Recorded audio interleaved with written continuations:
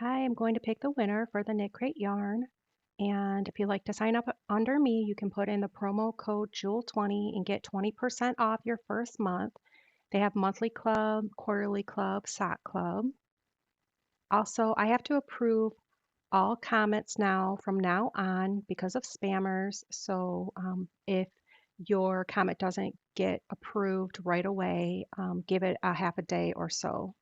Also, my Amy's crochetpatterns.com. Everything is listed down below in the description for links. If you go to patterns, I have a bunch of free patterns with videos, hat patterns, afghans, flowers, scarves, holidays, headbands, baby items, bags, booties, coaster, miscellaneous, washcloths, doilies. Under holidays, I have right now all holidays, but Valentine's Day is coming up as well as Easter. You can click on miscellaneous. I don't really talk about this one a lot, but it has so many just miscellaneous patterns.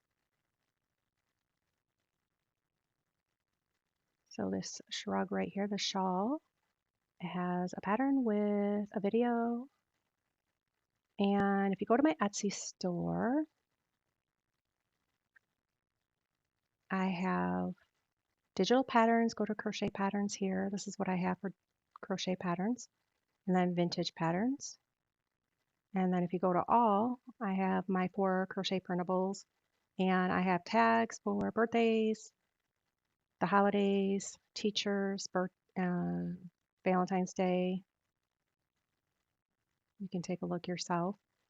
And if you go to Instagram, if you follow me on Instagram, Crochet for You, you can tag me in anything you make, and that will show me what you've made with any of my patterns, which is really fun to see. And lately, I've been tagged almost like once a week or a couple times a week with something that somebody has made of mine, which is very fun to see.